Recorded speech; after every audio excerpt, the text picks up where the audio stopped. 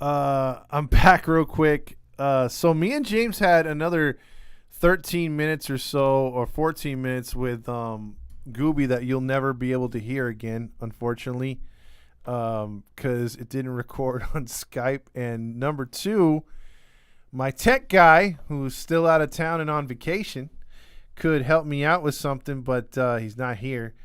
And he'll be back to help out because I need his freaking help, because obviously this is above my head. The system crashed. So it crashed right in the middle of a really good conversation to where I actually asked Gooby a couple tough questions. And he had really good responses. But unfortunately, the live was cut because of my not knowing how to fix the program. And it really, like, I wasn't able to ask some of the questions because I was looking at some of the questions and some of the things that you said. Some of you guys were saying on here as far as asking Gooby about, sell the team. What does he think of Artie? Some of those questions, obviously, I can't ask because of the fact that, he's got to toe the line. So there's a giddy for Gooby. Yeah, I am happy to talk to him, but I can't ask him the super, super tough questions. I can't be all in on it. And yeah, I saw some of your comments saying, oh yeah, you should be all in, letting him, what do you call it? You should tell him how it is, or let him know that he can tell it how it is. And I wanted to, but again, it's hard to, I want him to come back on the show and give good insight and stuff. And he did. He talked about a lot of stuff with me and James. We were still on the line. It's just, again, the problem was this freaking program literally took a shit on me.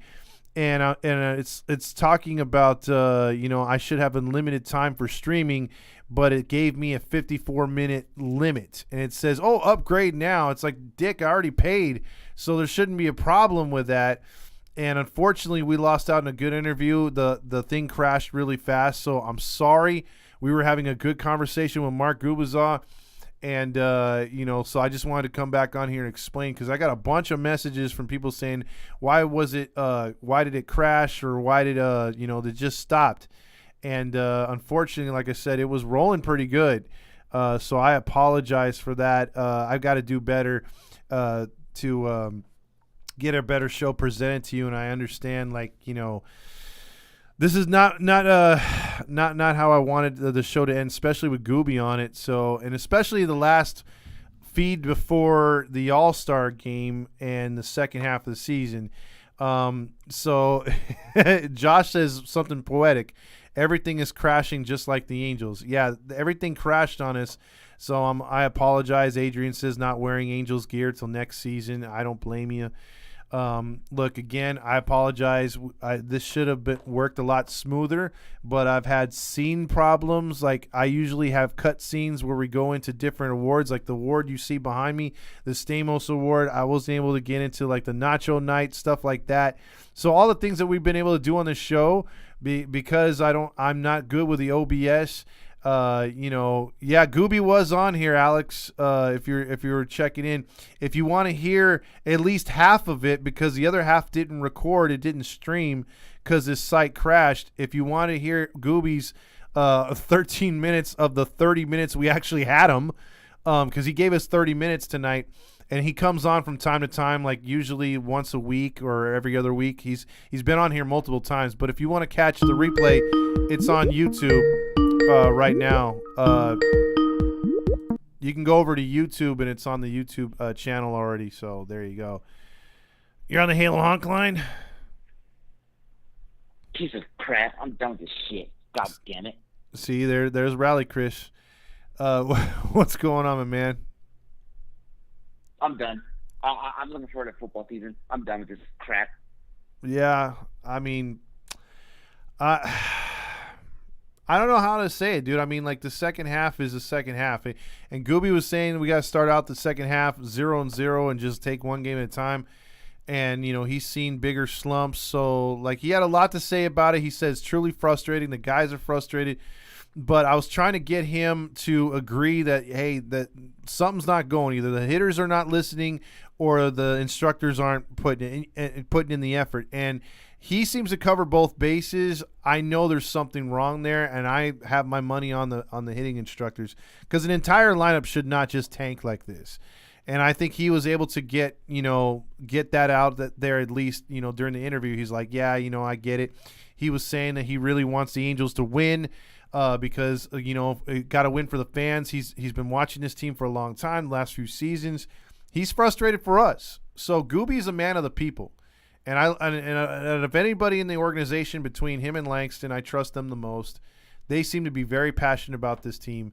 And it's just sad that, we're witnessing this thing as fans and they're witnessing it as commentators. Correct. Because now we're like 10 games out of the wild card. Oh, yeah, it's done, dude. I mean, unless they go on, like he said, a Mariners run right now where they've won 14 in a row? It's 13 in a row. 13 in a row, yeah. Unless we go on a positive run like that, though, there's no way, dude. There's just no way. So, yeah, it's just one of those things, man. What do you predict in the second half? I predict probably a good run and everything, but you're probably going to come up short. Yeah, I mean, I don't see. I wouldn't bet anything on this one, on them getting to the freaking playoffs. It's just tough, man. But let's see. KJ says I was with Kurt Schilling today. He's looking rough these days. He got canceled. He should still have a job, but it is what it is. No, watch. Just watch. We're gonna hear because it's back spasms. Watch. We're gonna hear come after All-Star break. We're gonna hear Chow is out for the season.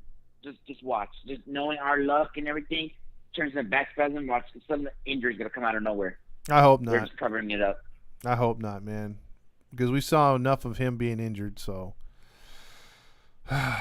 well, Rally Chris, thanks for telling Gooby to call on tonight, and we'll probably try to get him second half and see if he can come up with some predictions and some slump busters, man.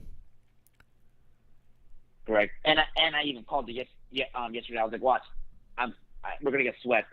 Yep, and we sure did.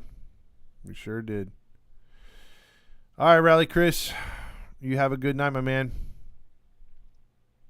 Yeah, and I'm about to hear it on Monday from my Dodger fans. No, me too. A lot of punk ass Dodger fans, man. That's all I'm saying. Embarrassing, a freaking sweep, dude. Who would have thought? And I just called him out. I'm like, oh yeah, you can enjoy your 60-game win season. Yeah. Dude, I'm telling you, it's just been embarrassing. It's been super embarrassing this season. So, all right, my man. Well, you have a good night, bro. All right. All right, that's Rally Chris right there. Find a culture when they prematurely fired Madden, Sal said, so he's not a fan of that. Leaf says Josh's comment about changing the name to Los Angeles Prostitutes is still on my mind and absolutely hysterical. Fabio says we honestly should have swept the Astros. They played good enough. Back to just in time for Rally. See you next season, Jack says. He's off of it right there. Yeah, you guys, unfortunately, like I said earlier, we had a really good ending to that interview with Gooby, but the goddamn thing just freaking kicked us off. Again, I need to have Chase back here to fix these issues because we're having a lot of major issues with this page as far as the lives are concerned. So Rick says we should get a new owner. Absolutely. The owner is the main problem with this team and has been for the last several years. I guarantee you right now, and I've said this before on a podcast, if this team still had Disney in place with the money and all the TV contracts that came, this team would be perennial playoff contenders, and they would be a team that would shock and maybe win another World Series or two.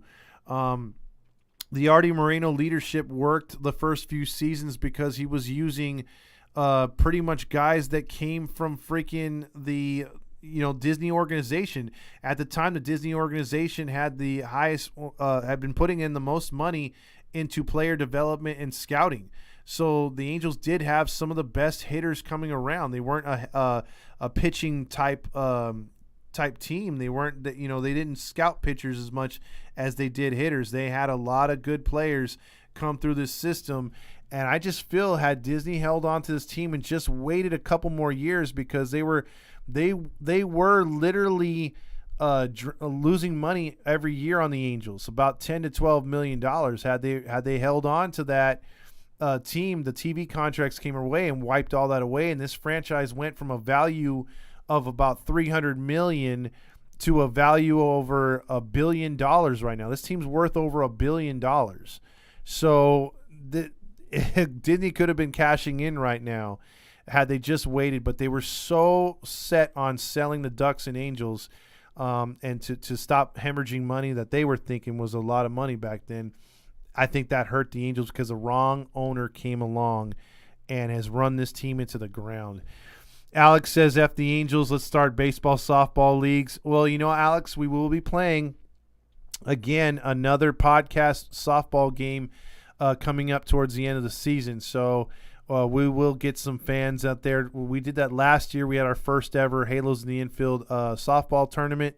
We're probably going to do it again this year. So after the season, we'll have it. And if you can play some softball, we're going to get out there and play. Might play baseball, but we do want to get the women involved like we did last year. And it was a lot of fun. A lot of people showed up for a first annual. And we had food there and prizes, so it was fun.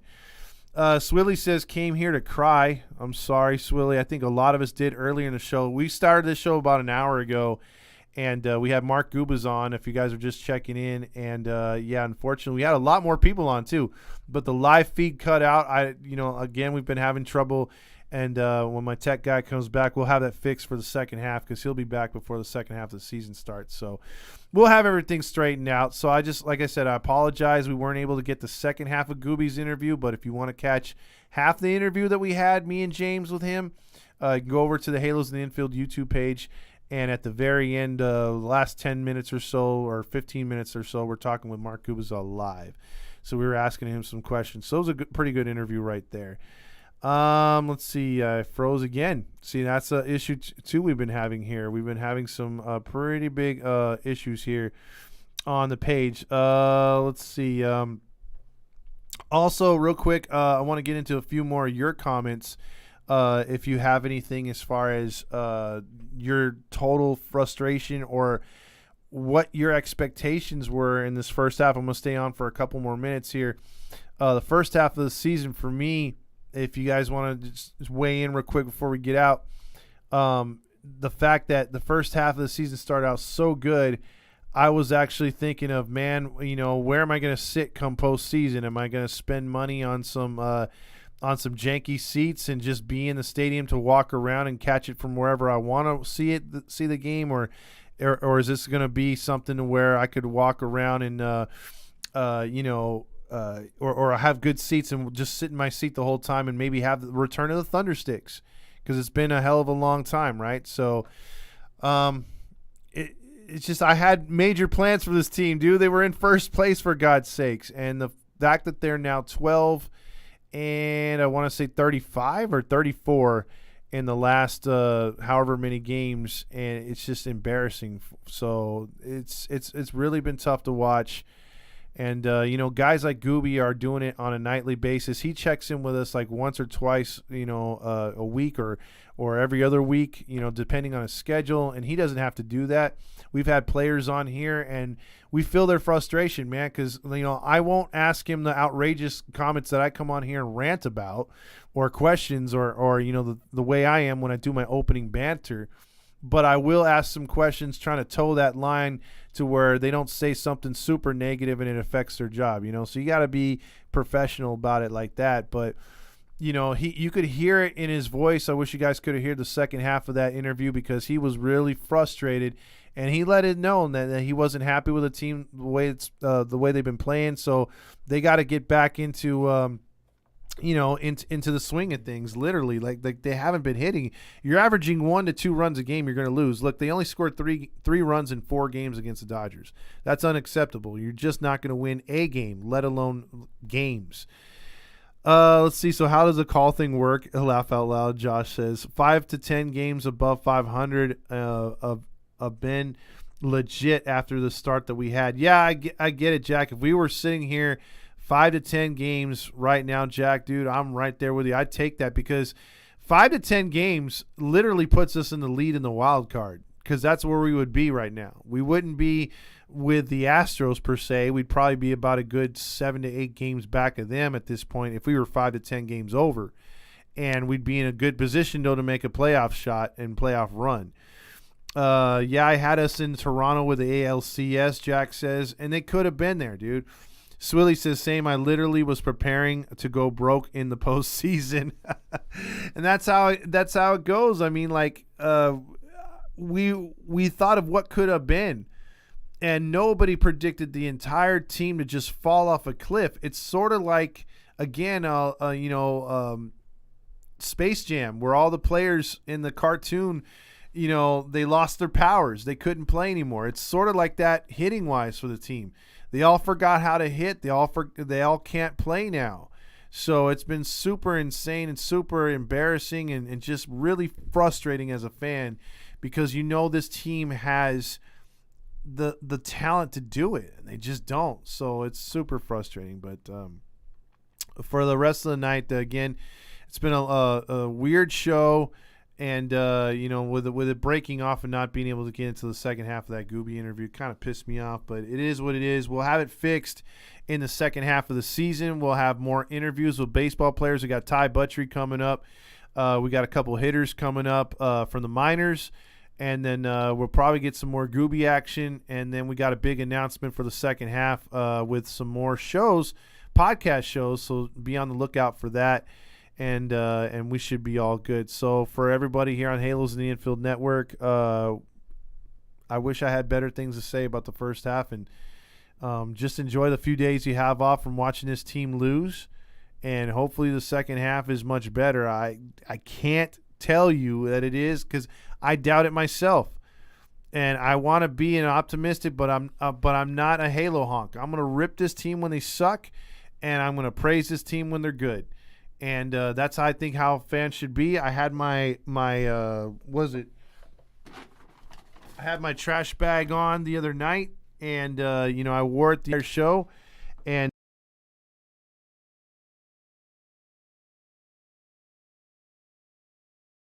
it is what it is. So you guys and gals have a good night.